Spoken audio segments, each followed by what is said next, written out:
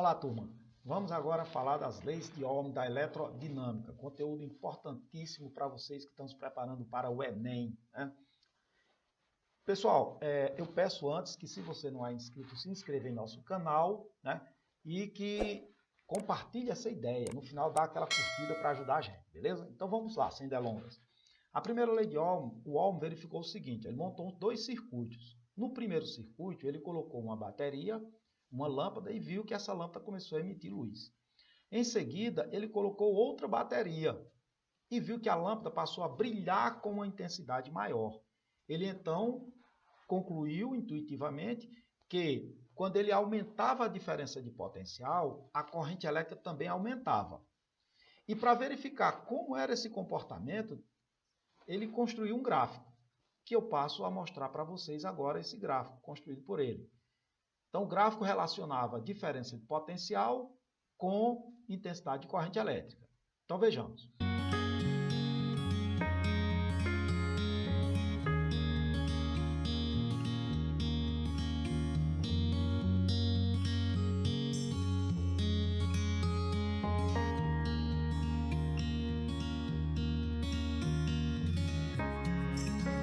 Então, ele verificou o seguinte: quando ele construiu o gráfico que relacionava diferença de potencial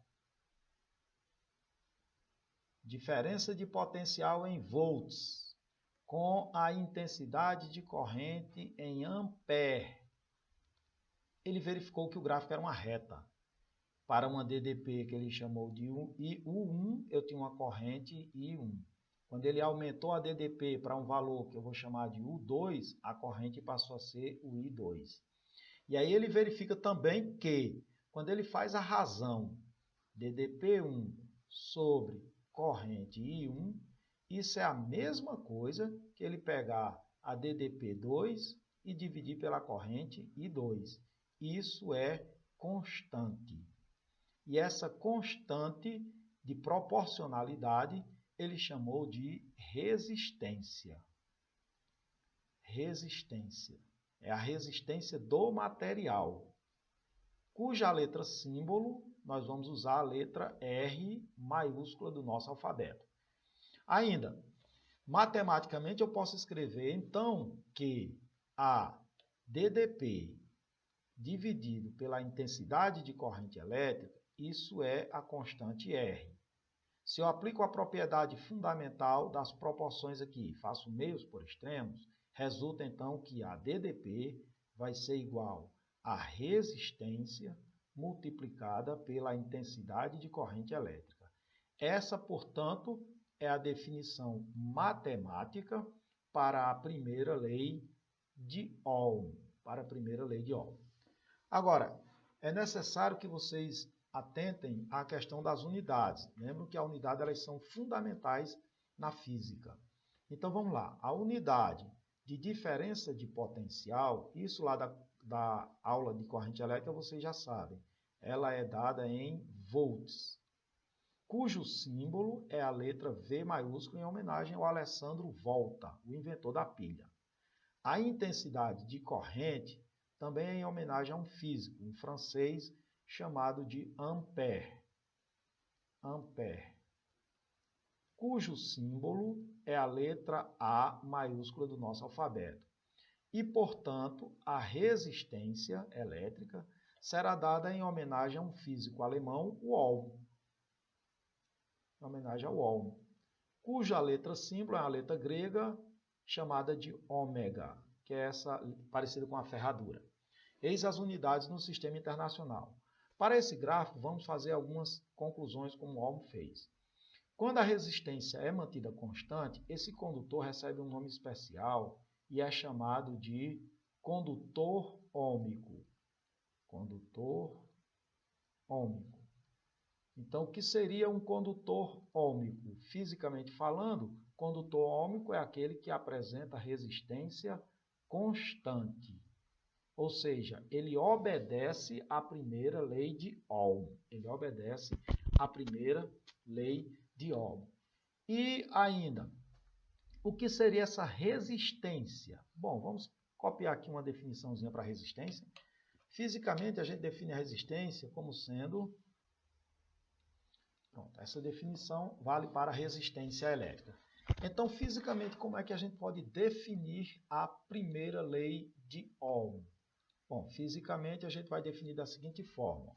É diretamente proporcional à tensão ou DDP.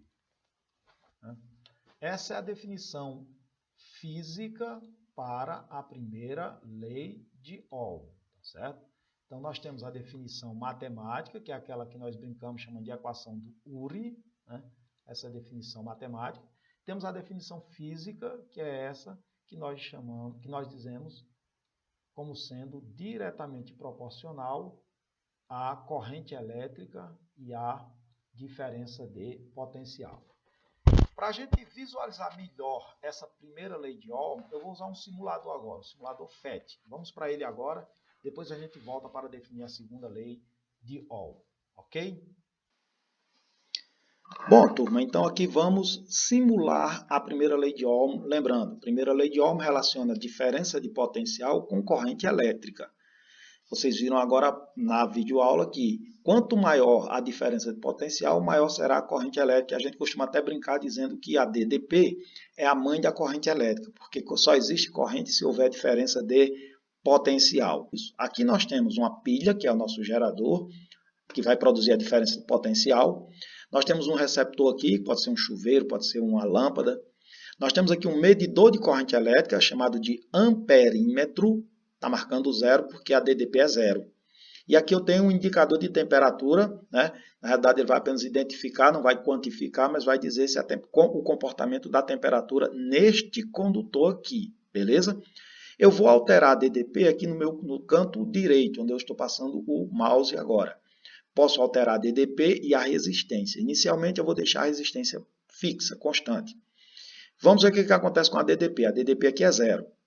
Eu vou botar uma DDP aqui e vou tentar colocar 3 volts. Vou ver se eu consigo chegar lá no 3 e parar. Nossa, aqui está difícil, né? Tá bom. Veja que aqui eu tenho uma corrente elétrica de aproximadamente 2 volts. Eu vou tentar dobrar essa voltagem. Vou botar agora aqui, ó. Estava em 3, vou tentar botar 6. 6,48, né? Olha, quando eu dobrei a corrente, olha, quando eu dobrei a DDP, a corrente aqui também dobrou. E a temperatura, ó, aumentou. Porque um dos efeitos da corrente elétrica, vocês já viram na videoaula de intensidade de corrente elétrica, é que quando a corrente elétrica atravessa um condutor, ele causa um efeito chamado de efeito Joule ou efeito térmico, que é o aquecimento do condutor em virtude da passagem da corrente elétrica. Quanto maior a corrente, mais aquecido ele fica. Quer ver? Ó, eu vou aumentar mais a DDP. Pela primeira lei de Ohm, a corrente também aumenta. E a temperatura aqui, ó, aumentou mais ainda. Ó, a corrente elétrica aqui aumentou, foi ao máximo. Porque eu estou colocando a DDP aqui no máximo, ó, tá vendo? Ó? Então a corrente vai para o máximo, a temperatura máxima. Eu vou diminuir a DDP. Vou diminuir a DDP. E aí o que acontece? Diminuir a DDP, a corrente diminui, a temperatura também diminui. Beleza? Era isso, vamos agora falar da segunda lei de Ohm. Espero que vocês tenham gostado aí dessa simulação. Valeu, galera! Bom, pessoal, a segunda lei de Ohm trata da resistência dos materiais. Então, para entendermos isso, imagine um condutor cilíndrico, e já vou adiantando que, via de regra, nós vamos estar trabalhando sempre com condutores cilíndricos. Entendam que os condutores cilíndricos são aqueles cuja a seção reta é um círculo, né?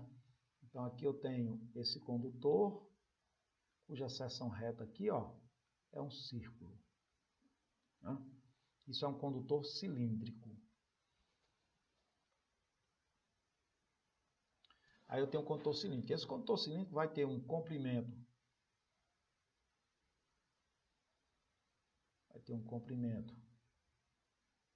Que eu vou chamar de comprimento L, né?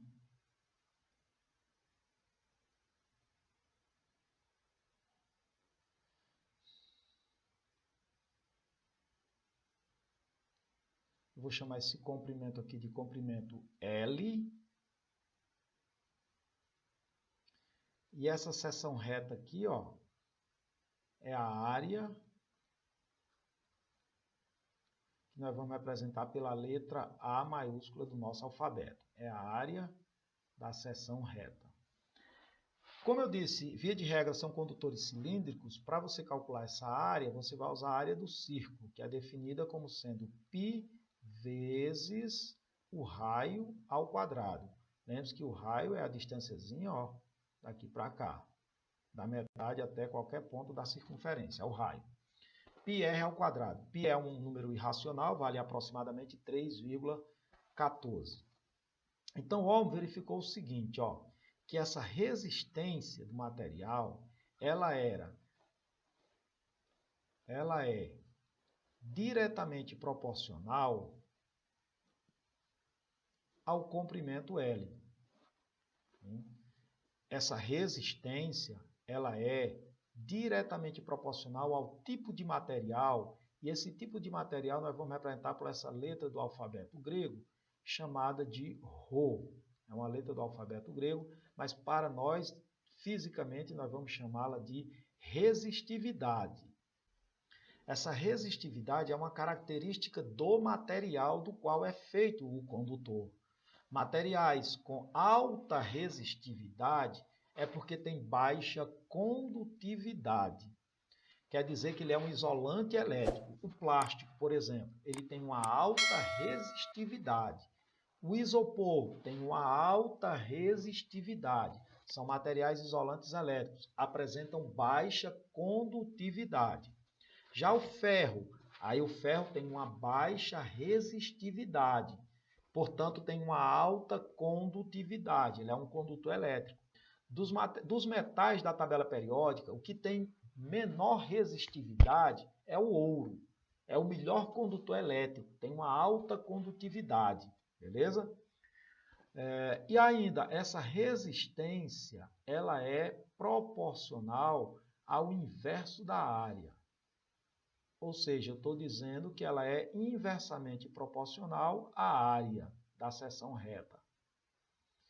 Se eu aumento a área de um condutor, quer dizer que se eu compro um fio mais grosso, eu vou diminuir a resistência, facilitando assim a passagem da corrente elétrica, porque, como vocês viram na primeira lei, a resistência é a dificuldade que o material impõe. Se eu aumento a área, eu diminuo a resistência, portanto, aumento a corrente elétrica. Então, posso, com base nisso, escrever matematicamente a segunda lei de Ohm. A segunda lei de Ohm pode ser, portanto, escrita assim, ó. Resistência vai ser resistividade vezes o comprimento, o que é diretamente fica no numerador, e inversamente proporcional à área. Eis a equação matemática que define a segunda lei de Ohm. As unidades, de novo aqui, não se esqueçam que as unidades elas são fundamentais para o seu entendimento. Primeiro, vou colocar aqui a resistência, vocês já viram lá da primeira lei de Ohm, a resistência ela é dada em Ohm. O comprimento L, o comprimento L, galera, é dado em metros. A área no sistema internacional, ela é dada em metros ao quadrado. E a resistividade, o nosso Rho, corresponde a Ohm vezes metros. Ohm vezes metros. Tem um detalhe que eu vou colocar aqui para vocês, um parêntese que eu vou abrir para vocês aqui, é com relação a essa unidade. Com relação a essa unidade. Eventualmente, pessoal, nos problemas, é muito comum que essa área ela apareça em centímetro ao quadrado ou milímetro ao quadrado. E o grande problema, a grande dificuldade de alguns alunos é exatamente fazer essa conversão para o metro quadrado. Mas eu vou facilitar a vida de vocês, vou colocar aqui, ó. O que eu quero aqui é converter de, por exemplo, centímetro ao quadrado para metro quadrado. Eu quero fazer isso. Converter de centímetro ao quadrado para metro quadrado. E para você fazer isso, galera, basta você multiplicar por 10 elevado a menos 4. Isso porque cent é 10 a menos 2. 10 elevado a menos 2 elevado ao quadrado, potência da potência, você multiplica o expoente. 10 a menos 2 vezes 2, 10 a menos 4. Mas eu posso, eventualmente, ter a questão em milímetro ao quadrado e agora eu quero converter em metros ao quadrado. Metros ao quadrado.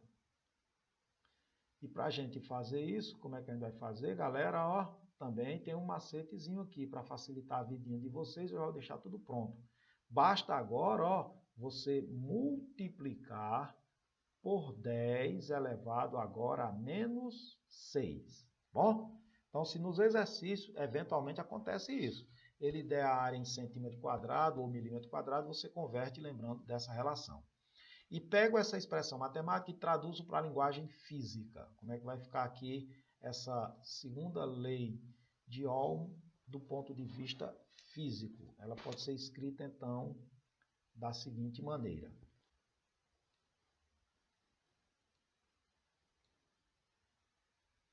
Está aí a definição física da segunda lei de Ohm. Se a temperatura for mantida constante, então a resistência ela é diretamente proporcional ao comprimento e à resistividade e inversamente proporcional à área da seção reta, como está escrito aqui, pessoal.